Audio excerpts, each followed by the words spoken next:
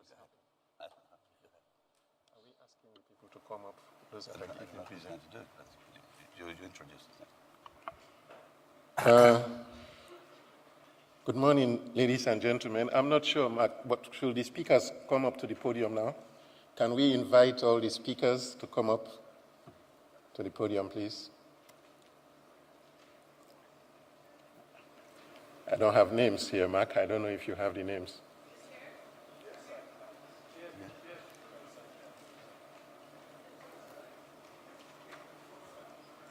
Is it the chair of the various sessions?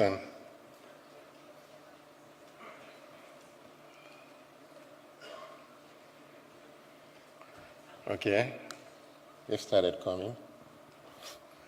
Thank you, sorry about this.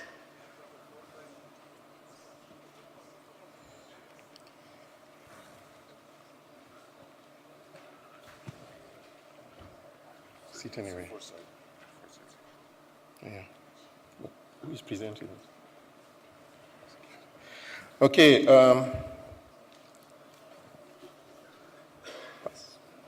It's the chairs for the report back on the foresight session only, please. Mark, you're leaving it. What? Okay, sorry about that. We're sorry for the confusion, but we would like to start this session, and I believe that we've been given the names now. Ruben Echeverria from CIAT, and I have here G. Zwart from Oxfam, F. Lopez from CNFR, and then M. Guilo from Agrinium. We are all here? Okay, good. Okay, I think we're going to start this session now, and as an introduction, I would like to say that GCARD2 was all about outlining the challenges and determining the priorities for agricultural research for development. And you are all aware that the outcome of GCARD2 was the roadmap. GCARD2, as I mentioned earlier on, is all about you. It's all about your actions and your commitments, what you are bringing, to the roadmap and how you are implementing the roadmap and what commitments you are making for the future. And I believe that you will agree with me that this place, this conference, has been a beehive of purposeful activity over the last 3 days, featuring all kinds of discussions, networking, and learning. And I would like to register GIFA's and my personal satisfaction with the level of participation by all delegates in the discussion, in the quality of the discussions that we've had in the last 3 days. And I would particularly like to record the significant contribution of our CG partners and representatives to this meeting, contribution from NAS researchers, from farmers, from civil society group, from NGO group, from the private sector, from universities, and institutions that are networking universities like ANAFE. So we thank all of you for your contribution. Actually, I believe I sense genuine commitment towards strengthening of the partnerships that I believe is necessary to deliver on our desired increase in the impact of agricultural research for development. I think that the value of the GCARD goes beyond the content of the discussions that we've had. It goes beyond the commitment that we've made during this conference. I believe that it extends to the mindset change it is catalyzing, especially over the subject relating to partnerships. And I would like to recall that partnership is a major feature of the CG reform and also a major feature of GFA's mission. And if you permit me, I would like to recall the appeal by Sujiro Siem of the Ministry of Foreign Affairs of France, who said that we should try to make GCARD a real process and not just an event of conference or conferences. I think moving forward, this is what we want GCARD to become, a real process. And so it's not surprising, therefore, that we have a session on outcomes, agenda for action towards GCARD 2014. And what we're going to, the product of this, I hope, will be an agenda for action for the next 2 years, up to 2014. And this time, I think that we would like to have clear targets of the changes that we want to achieve, the changes that we want to work together to achieve. So, with this brief introduction, we will now go to the session. It's a very long session leading to the closing. And as you are aware, we do have two co-chairs. I will start the process, and my colleague, Carlos, will continue at some point, and then we'll be interchanging like that. But I will start the process with this first group of speakers, and I believe that we can take up to about 15 to 20 minutes to make our points, or even less. If it's less, it's better. So I would like to call on the first speaker this morning, and he is Ruben. Carlos. Carlos? Ah, sorry, Carlos Seri. Sorry. Yeah, okay. Thank you very much, Monty. Good morning. I'm reporting back on the first session, F1, Improving Our Vision of the Future. And I should say that we had a very lively session. I think we, in the spirit of GFAR, we connected with a lot of people outside. We had lots of questions coming in over the web. So it was a very interactive session. This was not a session to make very specific commitments, but to raise the awareness, understanding around the whole topic of foresight.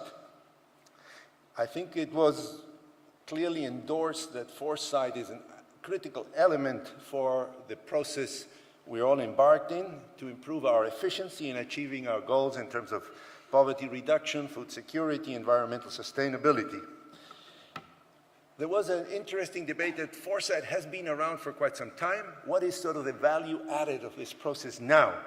And I think the session was very useful in terms of stating that the fact is, yes, the concept has been there, but the questions being asked and the issues being addressed are quite different now from what they were before.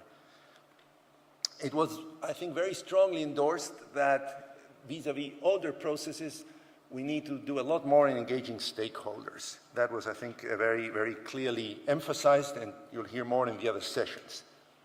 Very briefly to the major outcomes. Can I have the next slide, please? La fimolámina próxima, por favor. Oh. Oops. Yeah. Sorry about this. Okay, there we are. Very clearly, the major message was that foresight is different from just trend extrapolation. It is really about creating these visions, but it has to be bounded by the feasibility. So it's not wild imagination, but it is imagination based on facts and information in that process. I think there was very clear recognition that the very diverse methods are very useful, bring different skills to the process, and that actually the combination, the complementarities of those processes is very important to have a useful product. It was questioned, what is the actual impact of foresight? And I think we had a good discussion around that. And I think it was highlighted that, very importantly, it has to lead to some policy change, be it on research policies, on development policies, etc. But that it's very important to avoid making it just an academic exercise, ensuring that there's impact, there's an impact pathway to the work.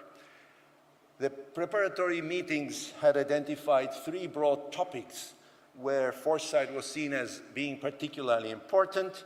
These topics were the farming patterns of the future, the transition from the connection between sustainable consumption and sustainable production, and future land use changes. I think in the discussion implicitly we endorsed that these are the appropriate topics to get started.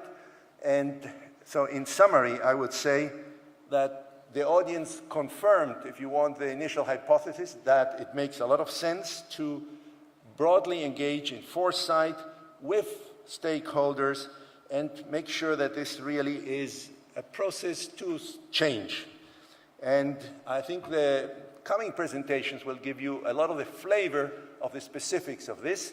I think I should alert you, you will see some duplications probably in the different sessions because they were parallel sessions. So that will have to be ironed out. But overall, I think it was confirmed that foresight has a very important role to play in the set of tools for what GCARD is about. Thank you very much.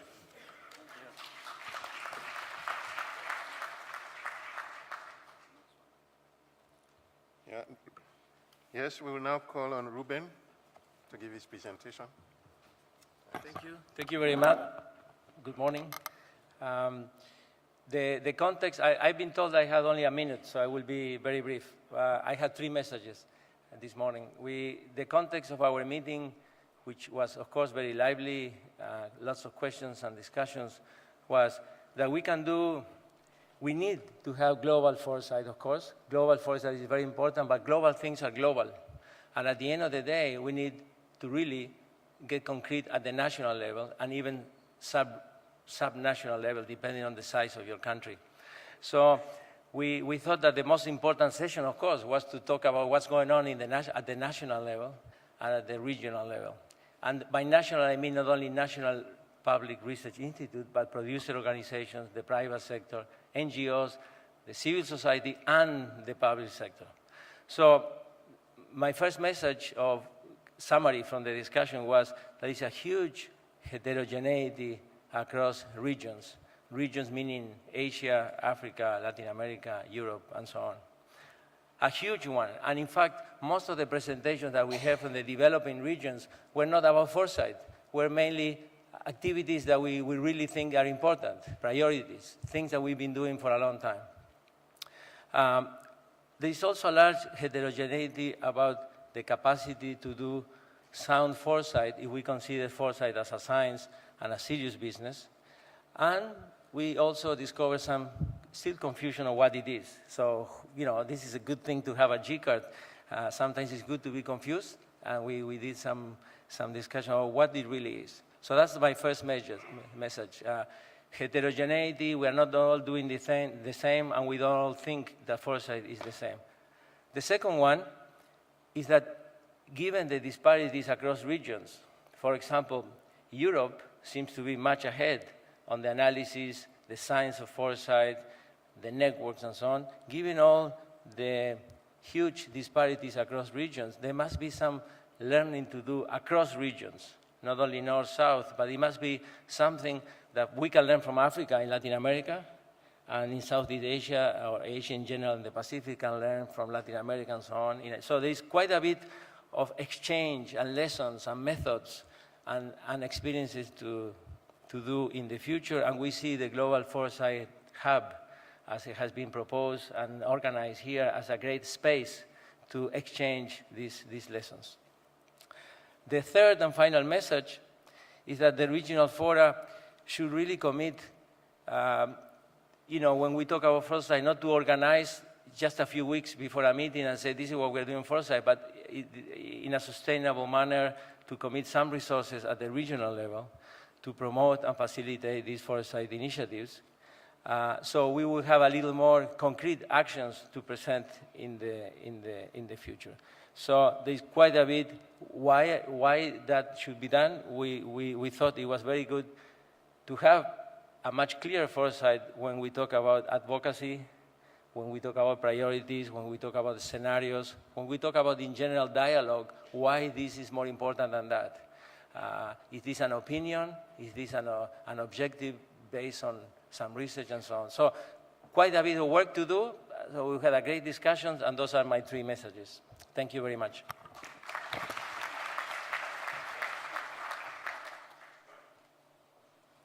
Our third speaker is Zwart from Oxfam, please, madam. Thank you.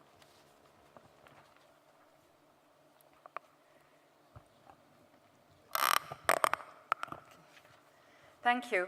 I had the honor and pleasure to chair one of the Foresight's meetings, which had a specific focus on the global level. And I managed to do that together with Frédéric Lapéry. And we had a very lively debate. We had excellent presentations, including a video presentation from people from the UK. And after the break, we managed to break out in groups and really have some working sessions. It was clear that foresight has a role to play to address societal concerns, and it can show that what are the bigger issues, and it can really increase the relevance of the research programs to serve society as a whole. That was seen as one of the big advantages of foresights. And therefore, foresight can shape researchers' priorities, and at the same time, research can influence foresights.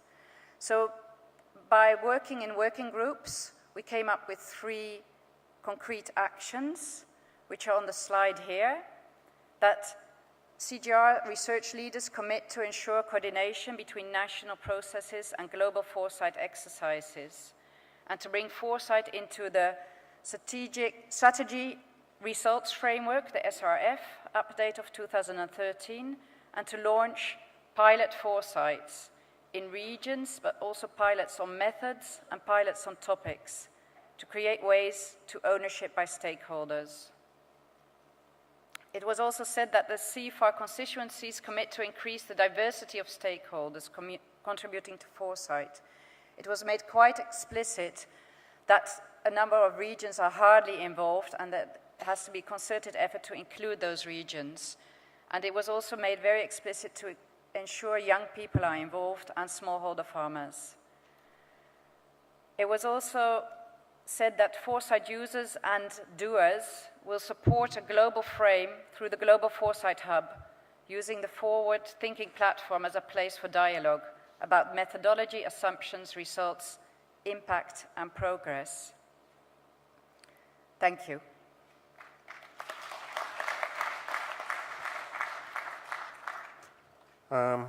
Sorry, ladies and gentlemen, we have about 17 speakers to come, because we're looking at the foresight group, and after the foresight group, there's the partnership and capacity development group that will be giving their findings, to plenary. So what I would like to suggest is, I said 20 minutes for each of those groups, but we just take 2 or 3 minutes to make our points, because it's quite a huge list that we have here. So can I call on the next speaker, Lopez, please?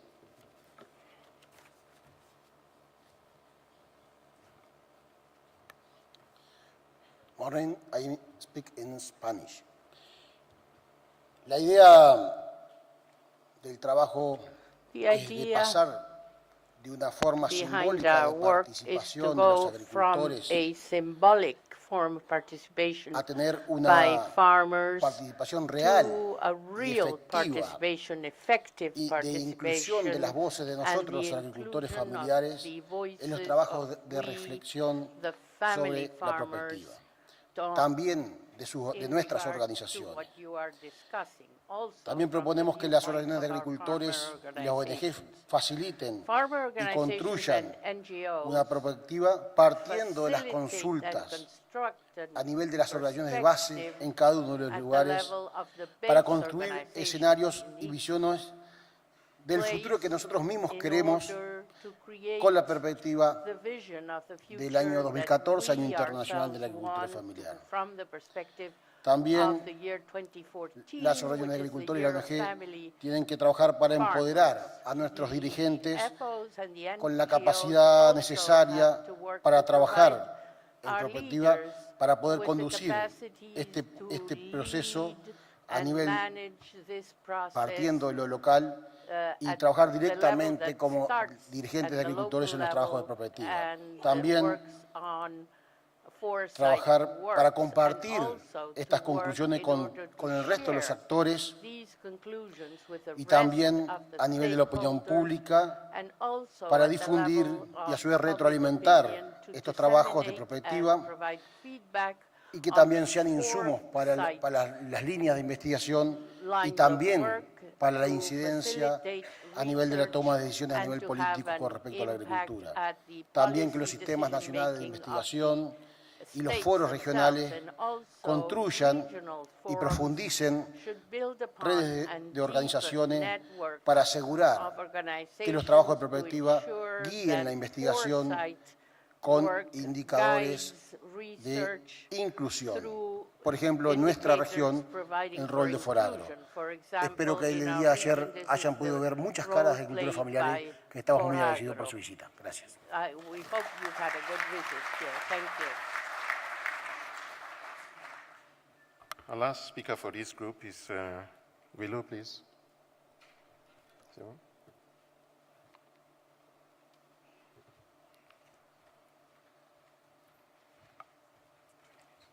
Hello, good morning. I'm here on behalf of Marianne Guillon, that she excused not having here because she was some tasks to do in other part of the world. First of all, our group was, we have a very good discussion, but what was clear for us is that foresight analysis is a tool that we need to know and we need to develop. We agree that we need to have a common corpus of definition related to foresight, because most of the time we were discussing about what is foresight, who could be done foresight, how to develop, and I think we need a lot of academy to put inputs on them. The other thing is that was very clear that in our universities we don't include in the programs material that could help to develop foresight. But we agree that maybe systems thinking, systems approach could be very good to include in the curricula of all curricula of food security and agriculture. We also thought that maybe Hichera could help us to do that. The other thing is that in order to develop capacity for users and for doers, there is a main difference. And for users, maybe we need to do basic terms and develop some basic terminology and skills for users.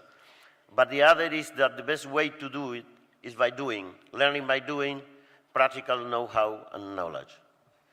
The other thing we discussed was about regional fora setup specialized teams.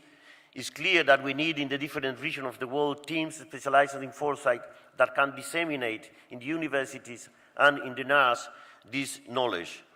Teams, different regions with explicit mandates for doing foresight with clear, impartial, and inclusive methods. Well, that was the main discussion, and thank you very much.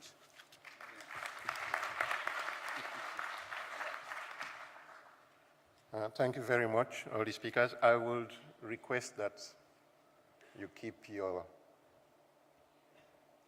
you keep, I've not said that anyway.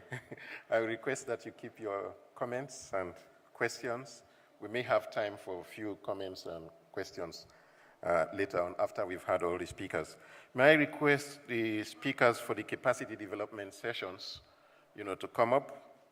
Julie Howard, Erickson Hamel, Claudio Barriga, Madame Yao, Vicky Wild, Pokari, and Selim Nadi. And I will request that you come in and give your presentation so that I don't have to come and announce the names. The names are actually on the screen here, okay? So we're going to start this with Julie Howard. Okay, you're starting the session, Helen. Sorry.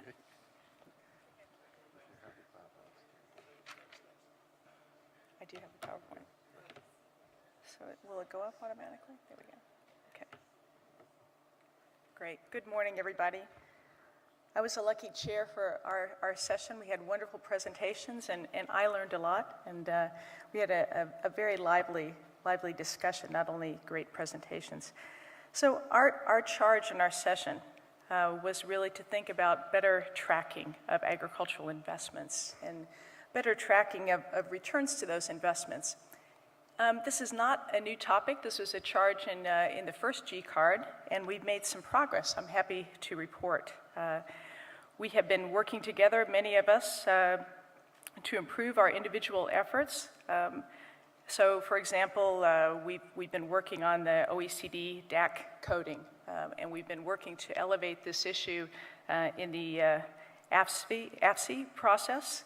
And also we've been working on improving funding for ASTI's sort of transformative efforts to track investments and impacts at country level. So we've made progress on all those fronts, and we need to continue making progress on improving the scope of geographic coverage on ASTI, and also being more and more rigorous in how we're all reporting into the OECD DAC database. I think what we discovered, though, during our conversations is that we really need to very much intensify our efforts and accelerate our efforts. And I think a key learning also was that we also need to turn our focus just from improving our data for the sake of having better data, to really think more clearly about how this data will be used. How do we want the data to be used? So we had quite a bit of discussion about how we want to position this topic for attention by senior policymakers, so that we're not just always discussing among ourselves, we need more investment in research or more investment in extension, but what specifically, what do we know about how much is being invested now in different research areas, and sort of combining with the discussion on foresight that we just had, what do we have to say to senior policymakers about what areas are now receiving adequate attention, and where do we really need to increase our investments? So that's really the subject of our first recommendation that you see on the screen. We're asking for GCARD and stakeholders to bring together all of the groups that are working in this area, because we're still a bit scattered and fragmented, and we're working in our silos. We're also asking that private sector be brought into this process, and developed country research investments and affiliated investments, not just developing countries. So we're asking GCARD and partners to take the lead to synthesize the available information that we have now on investment levels and impacts by country, but also by topic, to identify what are our current priority areas for research and also potential research gaps. To inform recommendations at meetings such as the new meetings for agricultural chief scientists or other senior policy venue. We also ask that these be taken forward, as Ruben was mentioning, at the national level and regional level, that this not just be a matter for global consideration. The second topic we talked about in our session was beyond research investments, our growing realization that it's technology capital that determines whether research investments result in transformation, in structural transformation, in widespread technology diffusion. And so we had quite a bit of discussion about how to get more insights about how much is being invested in these areas. And we decided that it's really sort of the ASTI approach of trying to track country by country what's going into extension, what's going into human capital development is too much. We're not going to be able to really do that realistically. So we are asking GCARD and partners to support instead case study research that will help us really focus on the key triggers for research impact and structural transformation. What's happened already in the more advanced developing countries, in Brazil, in India, in China, in Vietnam, in Malaysia. And we really want to ask GCARD to focus on facilitating South-South learning on these issues so that we can decide together what are the implications for future investment allocation to improve the technology capital. Thank you.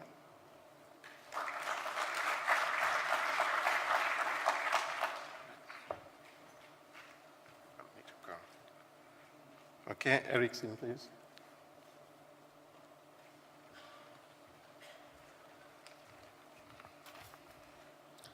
Buenos dias, good morning. I will be brief. The session on public-private civil mechanisms really brought forth some rich experiences and highlighted a diversity of models in different thematic areas of agriculture, but also right across the research and development value chain with examples in research, extension, and technology transfer. There are three main messages. The first is we need to clarify the parameters of public-private civil partnerships. What are they? Who do they involve? And under what conditions do they work? And we can all contribute to the emerging research agenda so that we can better understand how to create them and also generate the evidence that they are actually generating, leveraging greater investment and achieving development outcomes. Second point is we need to develop the capacities within our organizations so that we're better able to understand the key issues and then have a frank dialogue amongst partners. And we can all contribute to these new and existing knowledge platforms on this topic. And some of the key issues that were highlighted in our session were about the enabling and regulatory environment, the legal frameworks, the intellectual property rights, traditional farmer knowledge, farmers' rights, breeders' rights, and of course the important role of the woman farmer in these partnerships. The third point is that the public sector, the private sector, and civil society and farmers, we're on different paths with different objectives. And there is a need to bring us together, to unify us. And we need to develop these mechanisms that bring us together so that we can develop these trusted partnerships. And a number of mechanisms were identified, country-level platforms, regional investment forums, and global initiatives, such as the G8 New Alliance for Food Security and Nutrition, Grow Africa in Africa, and most importantly, GCARD. So in summary, we really need to clarify, learn more about, and unify all stakeholders around this topic. Thank you.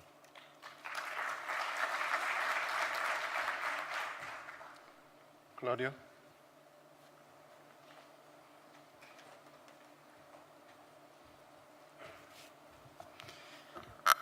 Good morning. We had a very interesting exchange of ideas. I don't like to mention the word discussion because we didn't have discussions. We really exchanged ideas on the fact of how to improve North-South and South-South collective actions. And the conclusions of our conversations come out with the following points. Ensure a follow-up on increasing and monitoring investments in food security and agricultural research in next G20 and G8 agendas within GFAR process, allowing participation of all concerned to shape and develop ARD research for development initiatives. We have to recognize that GFAR is very well recognized today in G20 and G8 as the institution that is helping to channel the importance of research, food security, and poverty alleviation in the world. Other point is the report on different ongoing initiatives, PayPart, Brazil Africa, and Brazil LAC marketplaces, and CORAF initiatives facilitating South-South cooperation. We had important presentations made by all those initiatives. The third is to ensure that investments take into account key dimensions for effective investment for smallholders, gender, technologies that actually reach end users, and land access and ownership. A very solid point that I think we have to emphasize is the fact that in all of this relation, north-south, south-south, we have to be conscious of the great relevance we have in including the small farmers, having true partnerships, not working with beneficiaries. We need partners. And therefore, the small farmers have to be very instrumental in all that we're trying to do. Thank you very much. Madam Yao, please.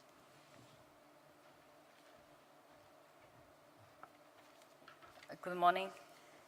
Our session was very well represented because we have participants and also speakers from the international, regional, and national agricultural entities. We also have speakers from the NGOs and also the private sectors. The debate was very lively and interesting.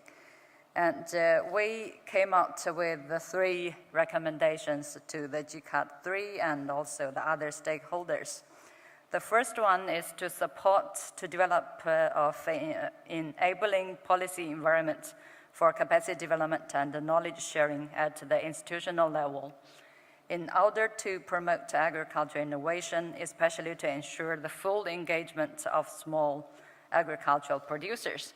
Because we're all aware that to ensure the sufficient food production in a sustainable approach, the farmers, in particular small farmers, are the key players. But do we ensure that they received the needed knowledge on agricultural technology and also the information on market?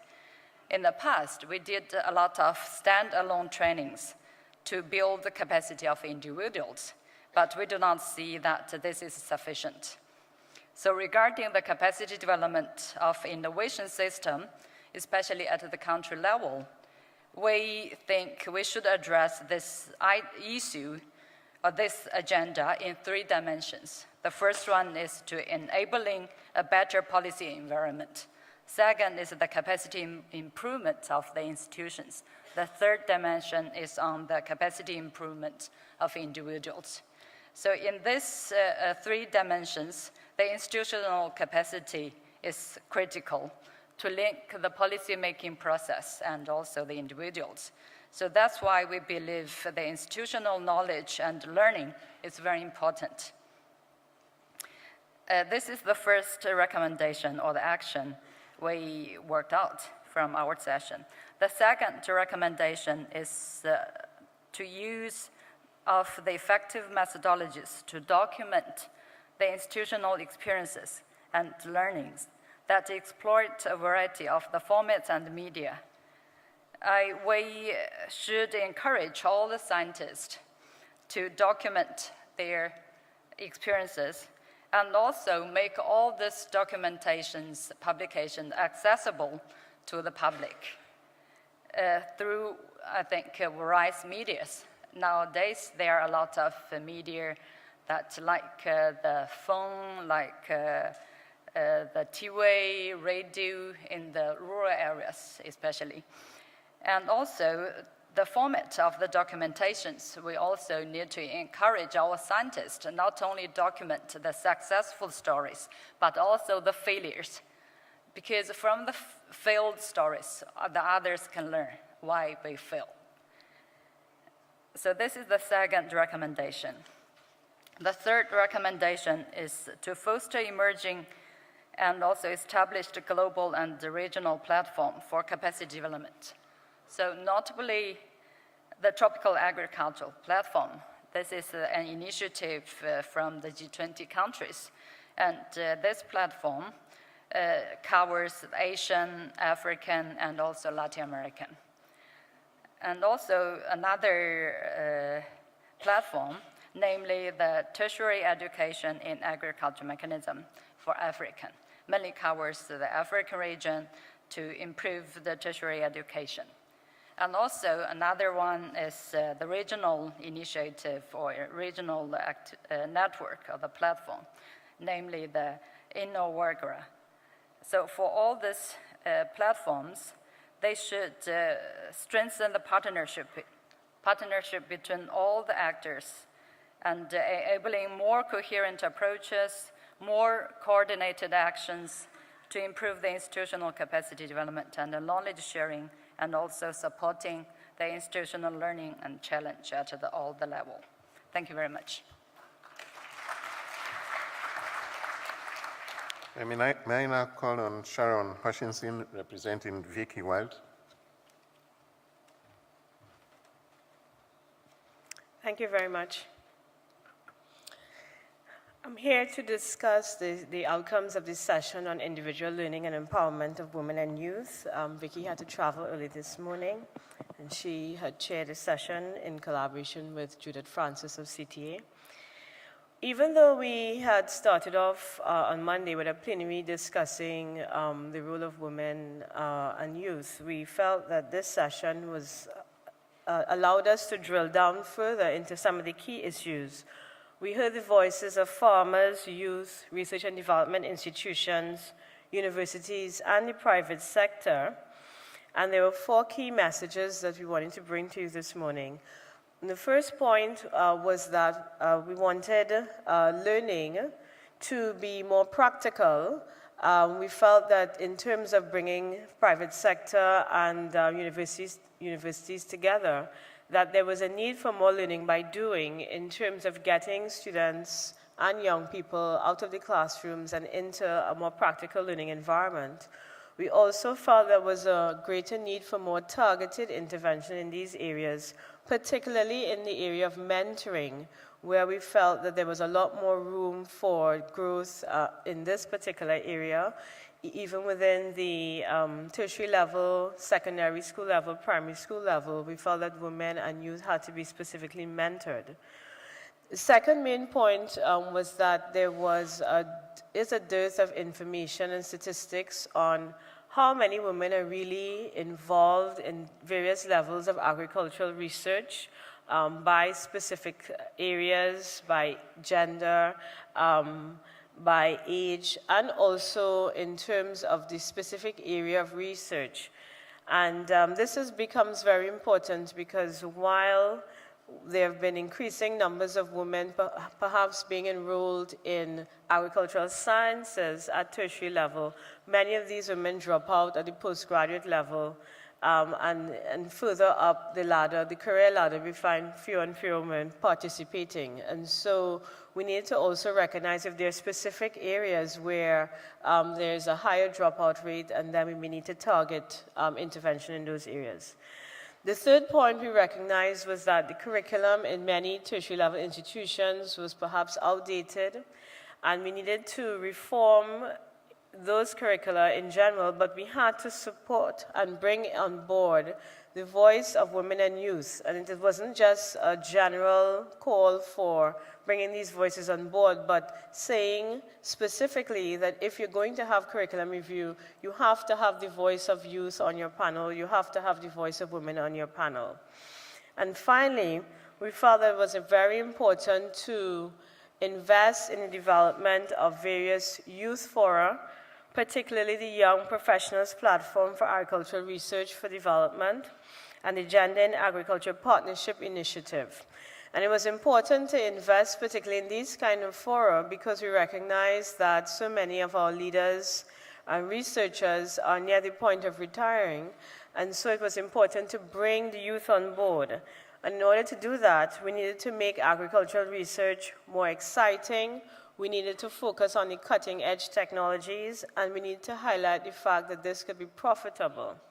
We also needed to do this by using new technologies such as ICTs, because we felt that many youth are drawn to these kinds of technologies.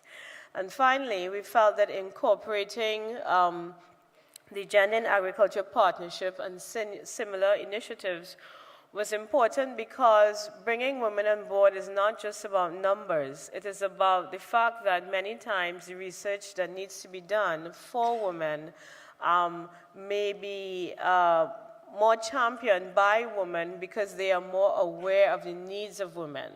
So it is more targeting women on board because they may bring a different perspective and that they may also be more aware of some of the challenges and support system gaps that exist in the system. Thank you.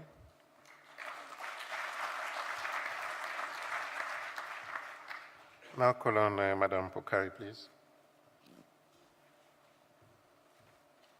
Thank you. Good morning, everybody. I'm reporting on the session on sharing and using agricultural knowledge. It was quite well attended by over 40 participants representing national, regional, and international organizations, all brought together by a shared belief that making the results of our research available and accessible so that they can put into use is both a moral and a business imperative in our time. In the session, we explored ways in which the organizations that represented there have been opening access to their knowledge.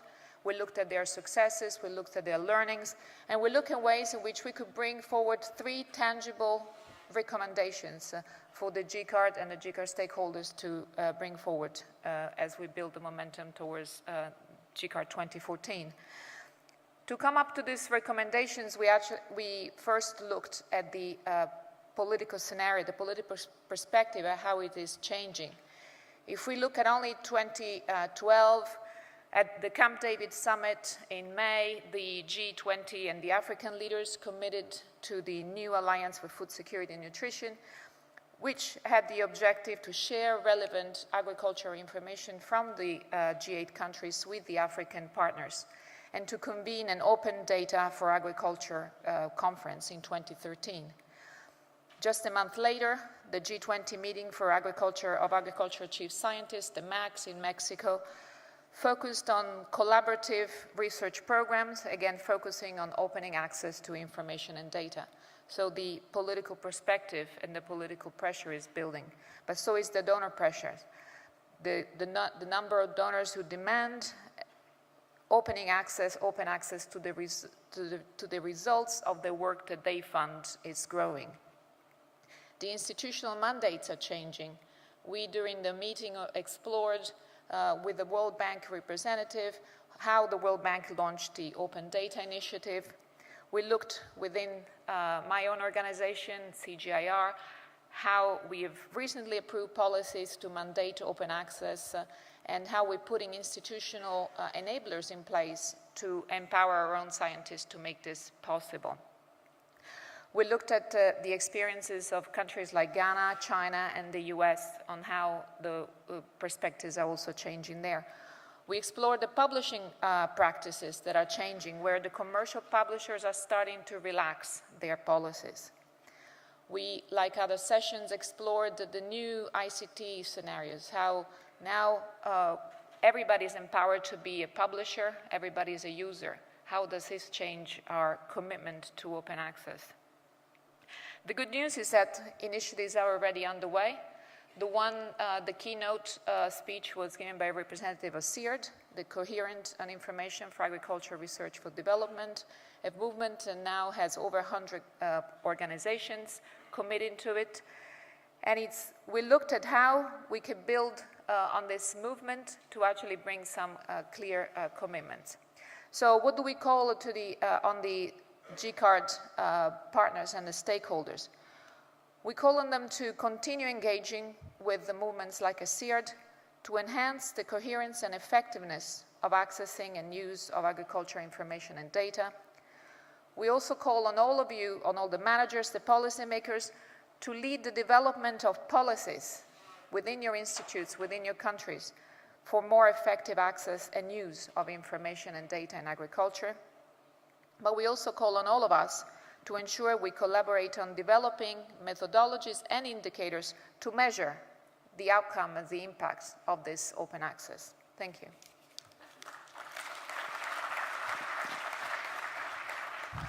Okay, the last speaker, certainly not the least for this capacity development session, is Madam Shakani Gomani, representing Sinim Nadi. Thank you.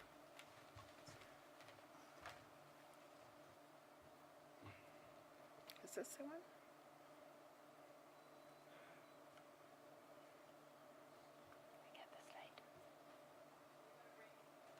I got it. They're going to bring it. Okay. Thank you. Good morning, everybody. I'm standing in for Salim Naidi, who ably chaired a session on making use of knowledge and advisory systems. This was a GFRAS session that focused primarily on the issues around knowledge and advisory systems within the GCARD. Just as an introduction, we actually had a paper that was circulated looking at the new extensionist within this knowledge and advisory services systems. And that paper was circulated in the regions beforehand. And it conceptualized what a new extensionist should look like, and we had specific recommendations there. Can I have the slide?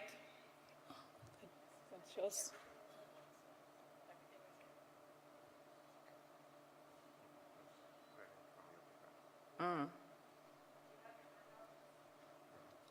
Oh, okay. I'll just pick up from the paper here. So what the session has done was to actually recommend the new extensionist concept and basically support and endorse those specific recommendations that were highlighted there. In terms of specific resolutions or recommendations for this particular forum, the first one was for GFRAS to take forward the role of strengthening or advocating the need to strengthen the knowledge and advisory services systems for using the new extensionist concept node. So GFRAS regional networks in Africa and elsewhere will take forward this particular discussion. The second recommendation was for GFRAS to catalyze the dialogue to prioritize and implement the recommendations. And our third and final action step was for this whole process to be done in consultation closely with the grassroots at local level, with a very strong engagement of women and youth, and also to ensure that the new extensionist environment and inputs are adapted within contemporary ICT systems, and those will be the key founding elements in this discussion. I must say this was a very vibrant discussion, and if nothing else that you remember from this session, just know that we do have a new concept of a new extension role in the system. Thank you.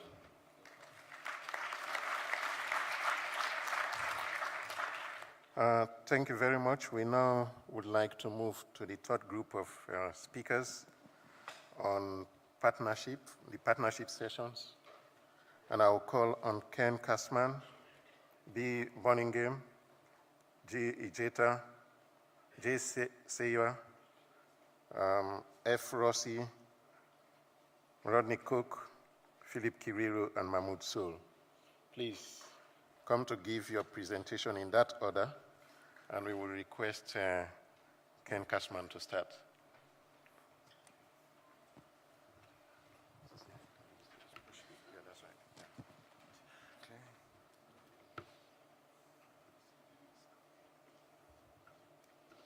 So our group dealt with partnerships with a focus on national food security. And that's not our slide, not our summary slide, but fortunately I have it here. The group benefited from experiences of the CGR research programs in rice, wheat, maize, and livestock.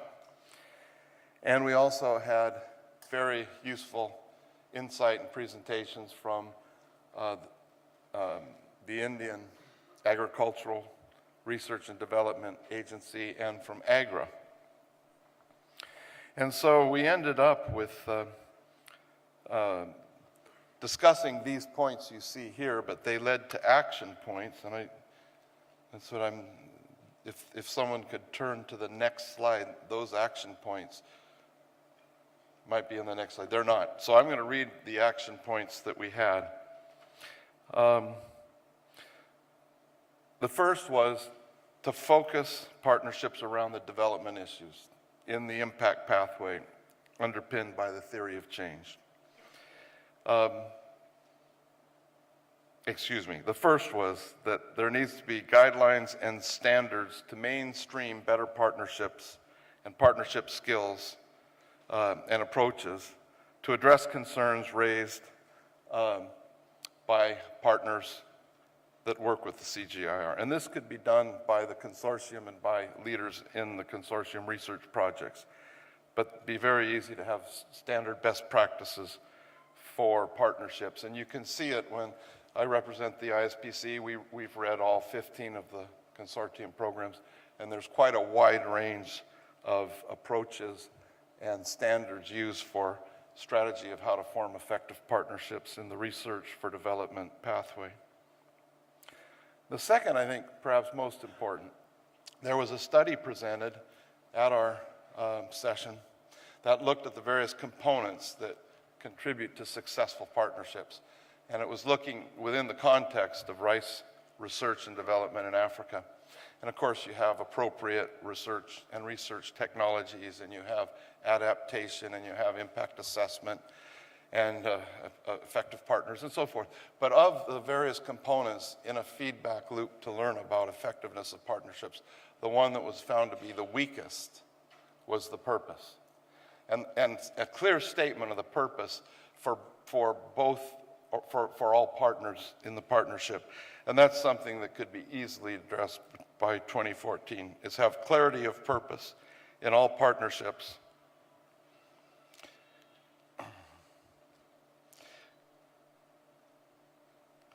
Clarity of purpose in all partnerships that are part of the CGR consortium portfolio. And the final point was that identify and promote funding mechanisms that are conducive to effective partnerships. The feeling was that there were some funding arrangements in the CRP portfolios that in some ways constrained partnerships, and that there's a real opportunity to kind of look at what are the types of funding mechanisms that allow the most effective partnerships in the research for development continuum. With that, thank you very much.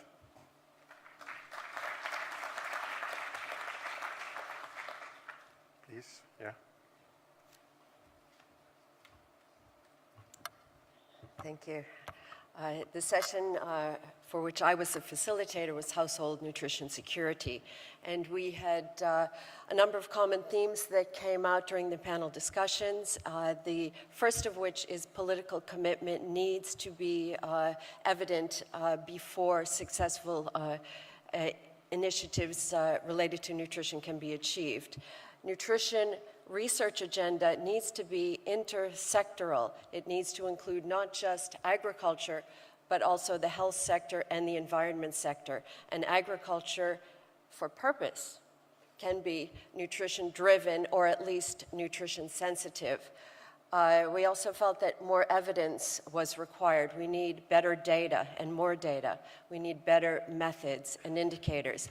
Monitoring and evaluation needs to be part of agricultural research so that we can ascertain what the effective research initiatives have been. and communities of practice for research needs to be a necessary part of this hierarchy of evidence that we need to say that food can solve the problems of malnutrition in the world. We need to show impact. We need to measure impact and show impact related to gender issues, related to the 1,000 days and the scaling up nutrition movement, addressing pregnant women and small children. The Millennium Development Goals are important. They haven't been achieved.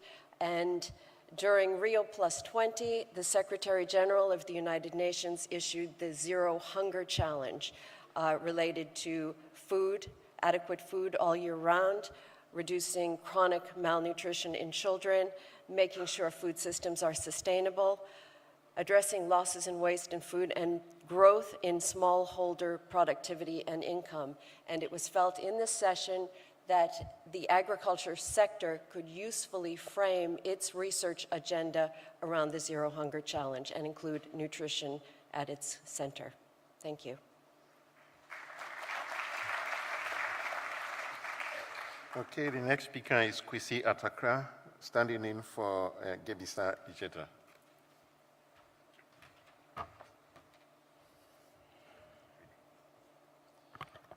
Thank you. Good morning, ladies and gentlemen. I want to share with you some of the key conclusions coming out of the sustainable use of biodiversity section and looking at the partnership dimensions within that. First of all, I would say there was a general acknowledgement on the crucial and critical role of agricultural biodiversity for sustainable development and for food and nutrition security, especially in the face of challenges of climate change, growing populations, etc.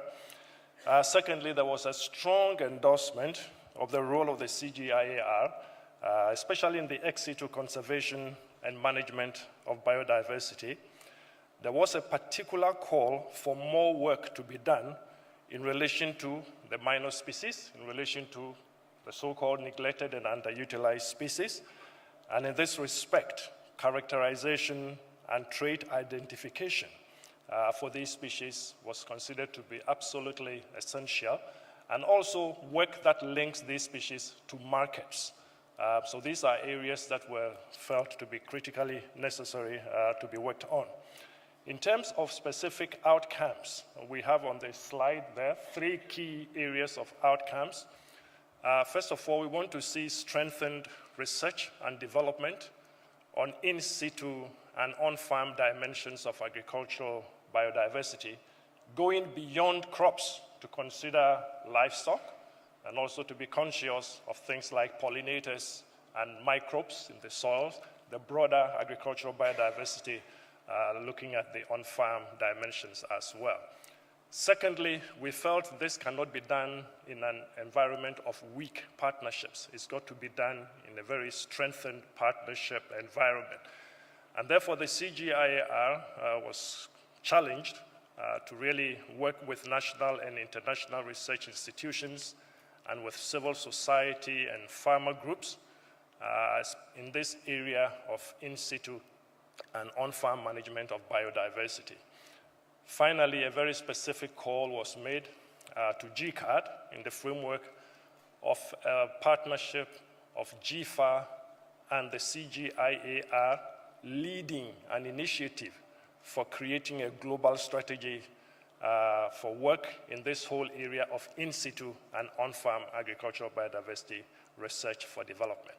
It's felt a lot has been done on the ex situ dimension, but we also need to complement that with a strong focus on in situ and on-farm management of biodiversity. Thank you.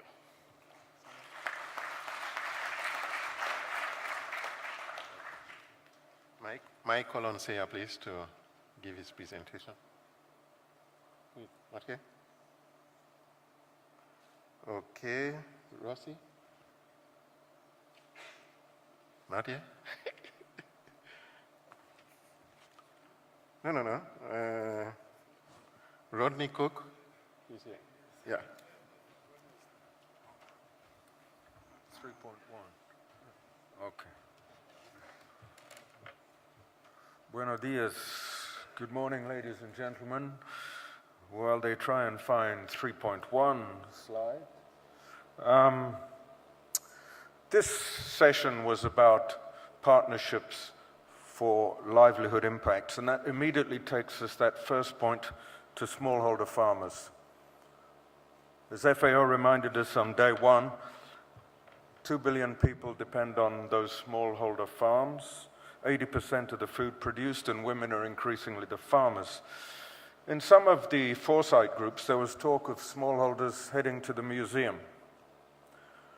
Now, there's a lot of studies that show that that transition generally reflects a country moving to lower middle income or even middle income status. In other words, alternatives have to be created. No one, myself included, wants to be a smallholder farmer. And that means that first point, we were talking about research for increasing productivity, sustainability, linking to markets. And commercializing smallholder farmers is empowerment. That in itself is a partnership challenge. Village groups, producer cooperatives, farmers associations, what have you. Now, this session profited from having 3 of the system-level CRPs, drylands, aquatic systems, humid tropics, and the justly famous roots, tubers, bananas. And my panelists were 2 international NGOs, an Indian NGO association that has become a micro-enterprise developer, SEWA, and the Asian Development Bank. Now, the second point there that arose out of that firefight, well, no, it was a constructive discussion and a lot of agreement. Develop action research on partnerships. In other words, the CRPs have moved a long way, but we've got a lot to learn still in the research community. And a lot of that knowledge is in the realm of management consultants, institutional assessment and appraisal, but we're covering ground. And that third bullet, key lessons already, the need to pursue transparent, effective communication, to define roles and responsibilities, to develop trust and deliver on those partnerships so that our uptake pathways are successful. And that, of course, requires investment in time and money. The final point, number 4 there, scaling up.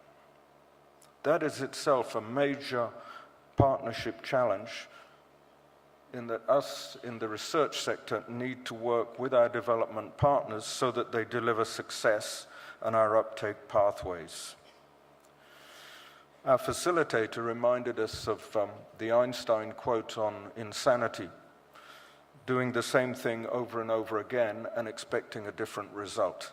That, ladies and gentlemen, is why we need to make this an action research area and move ahead. Thank you very much.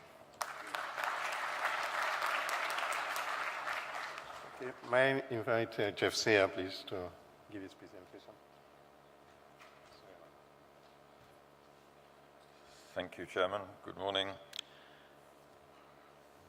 The motivation for our session, I think, was the realization shared by everybody here that agriculture provides multiple benefits for multiple stakeholders at multiple scales.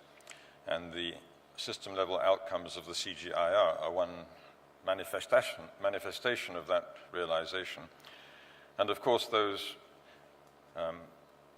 different requirements from our agriculture often conflict. So achieving long-term environmental benefits may conflict with achieving food security in the immediate. So a lot of people over the last few days have talked about the concept of landscapes as being a framework or a concept which can be used to try and reconcile these trade-offs between somewhat conflicting objectives. In our session, we had presentations which ranged from groups of farmers in Brazil cooperating to use no-till agriculture to sequester carbon and diminish problems from runoff into waterways. And we ranged through forest margin landscapes up to landscapes that included the catchments of some of the world's biggest rivers and a large part of the catchment of the Aral Sea. In all of these places, people were either already using landscape approaches, or they were aspiring to do so. Of course, one of the big issues that emerges from this is that you need metrics to measure your impact on those landscapes, and you need fairly complicated methodologies to judge the impact that you're having through your research.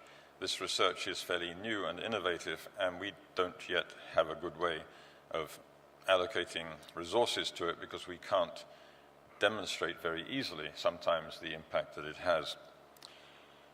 The other thing that we concluded about landscapes was that they do provide a very real world situation in which you can convene partnerships. And yesterday many of us went to a landscape north of here on a field trip where we saw partnerships between local NGOs, farmers, Minister of Environment, the Ministry of Agriculture, and the neighboring countries to achieve a trade-off between agricultural production and the conservation of some globally significant biodiversity values.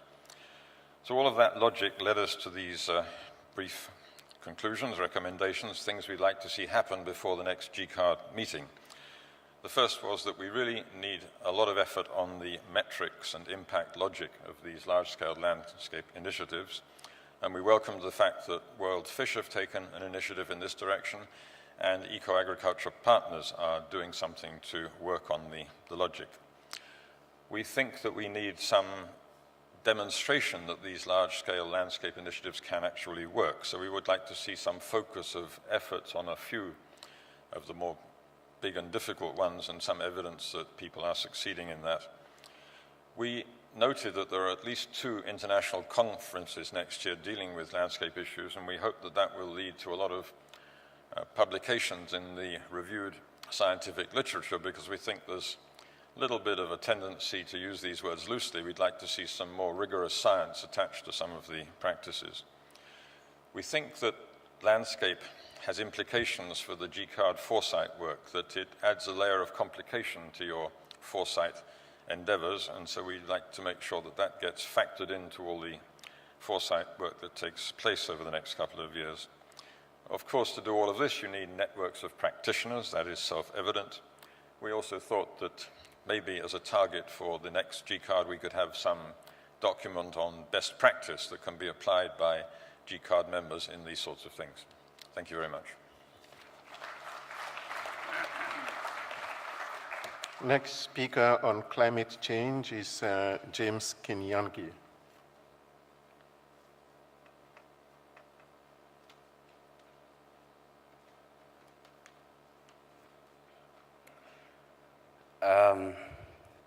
We had a very vigorous discussion, and the first thing we did is to recognize that climate change was a global problem.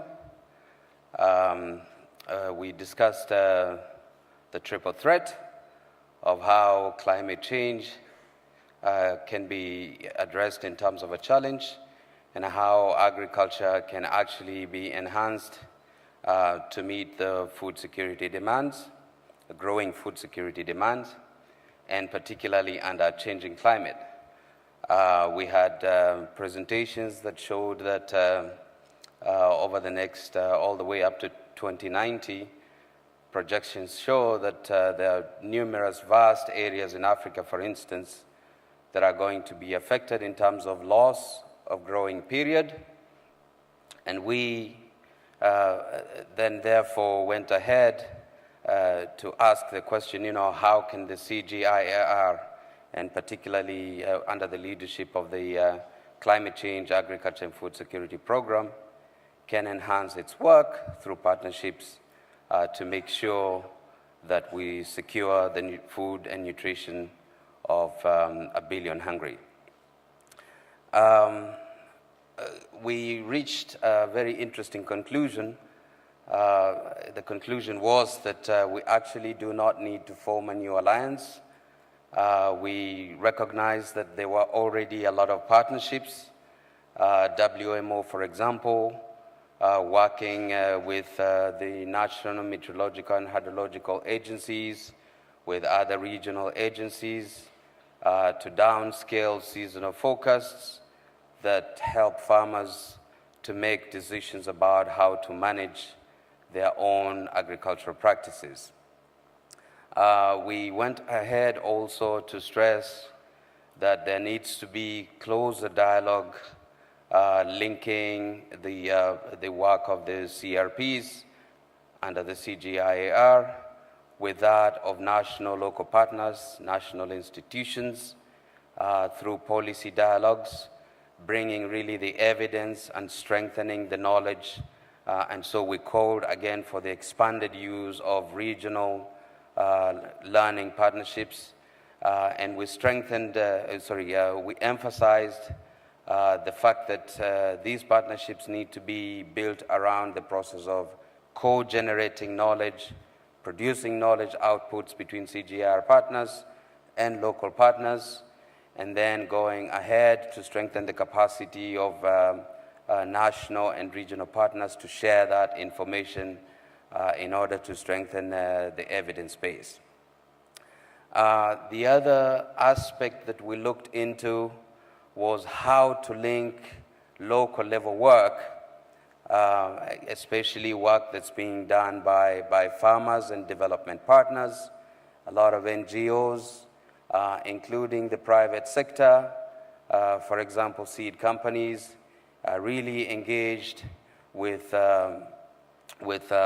testing, improved varieties of crops with farming communities, and we called for that, for a strengthening of that collaboration, that partnership at the local level that can really deliver food security at the local level. But we also said that it's important to collect that evidence and to package that evidence in a way in which national policymakers and decision makers can use that to inform the national adaptation and mitigation planning process. So in the end, we actually, agreed that perhaps there is no need to form new partnerships unless those partnerships are really strategic. They are formulated around a particular issue, and they are, for instance, others suggested that some of the partnerships could be time-bound. So, for instance, between now and 5 years from now, what would a particular partnership be able to deliver? So we emphasize that let's make sure that these partnerships are strategic. Let's make sure that some of them are time-bound with specific deliverables, and let's perhaps focus less on forming new partnerships, but instead on strengthening what we have now. So those were the few key aspects that we were able to agree on at this session. Thank you.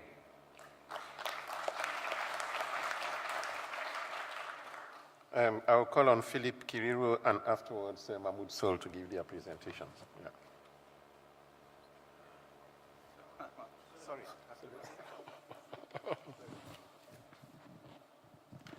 Yeah, thank you very much, Chair.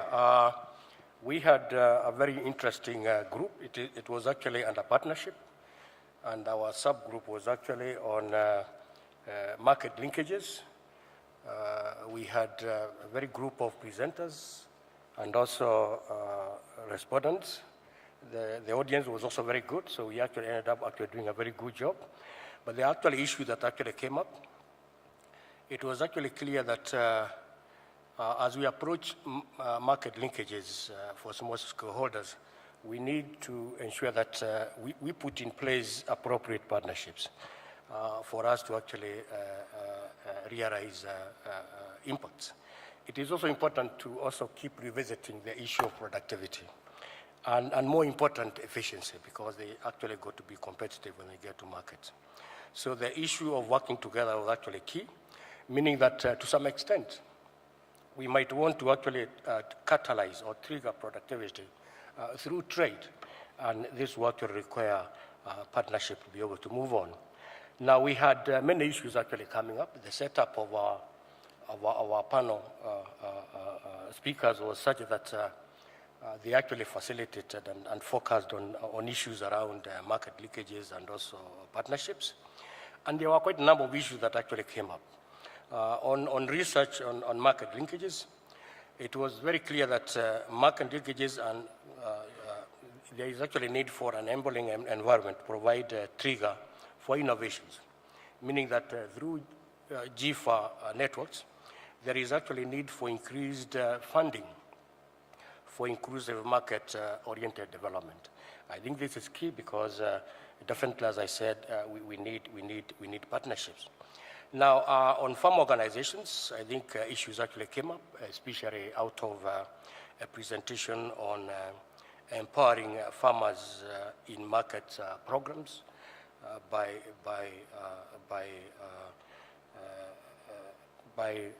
Gil.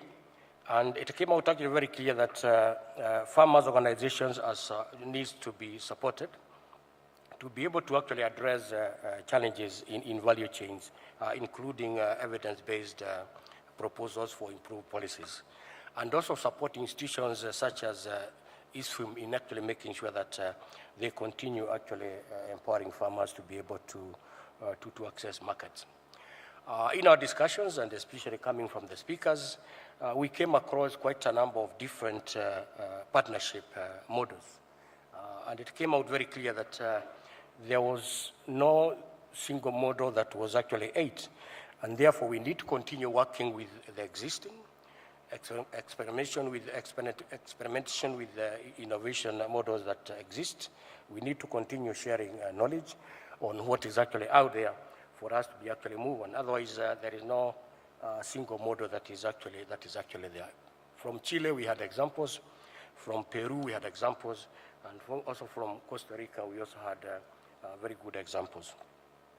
Yeah, on CRP, CRP2 program, which was actually presented by Karen, there were issues that actually came up, and especially because the program is actually so close to farmers and produce organizations, because it is actually on policies, institutions, and markets, targeting food security and also access to markets. So there is actually need to actually enhance equitable partnership with farm organizations in research, prioritization. And also beyond that, there is actually need for coherence across all the CRP's programs in framing research to reflect market conditions facing small-scale agriculture. So this actually came out quite clearly. On CGIAR programs, and especially funding, on incremental cross-cutting funds, they should actually more be used to strengthen alignment and coordination of CGR, especially around national, regional research institutions, to be able to actually address issues of market linkages around small-scale agriculture. Now, on mechanism out there and good practices, I think the cooperative movement actually came out very strongly.